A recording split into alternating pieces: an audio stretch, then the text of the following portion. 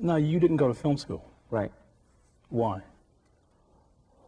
I think a weird combination of things. I think that there was it was my plan in high school that I wouldn't go to film school, but then, you know, a couple years out of high school, when I wasn't instantly directing a movie, I started to kind of panic and thought about going to film school, and even did go to enrolled in NYU. At first what happened was I couldn't get in anywhere. So when I couldn't get in, because my grades in high school weren't very good, so I couldn't get into college. And so what it did was create this attitude in me like, I don't need film school. Anyway, because you got to find some way to justify why you didn't, you know, and make it feel good to yourself. You can't get into college, you know, so you just start saying, well, that's bullshit, you know, anyway.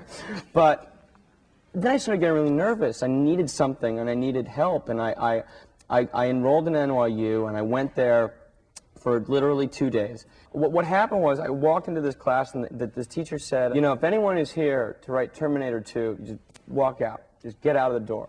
And I thought, well, that's just not a good way to start. What if I do want to write Terminator 2? What if someone sitting next to me wants to write? You know, he was sort of instantly saying, you know, we write serious films here, you know. Terminator 2 is a pretty awesome movie. So he said, yeah. So there was an assignment to write. It was you write a page that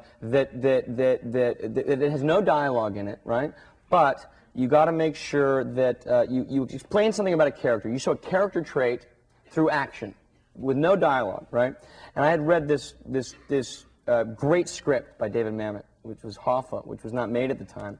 And there was a great scene that Mamet had written where Danny DeVito is driving along, his character's driving along, and it shows what he's going through by the method he uses to keep himself awake while driving, which is he lights a cigarette and he holds it between his hands and he lets it burn down to his fingers to keep him burning his fingers and keeping him awake.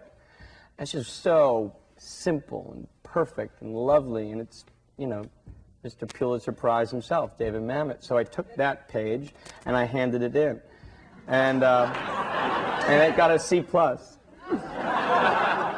And I said, all right, now I know I'm right. And there's a wonderful thing that if you drop out quick enough, you can get your tuition back.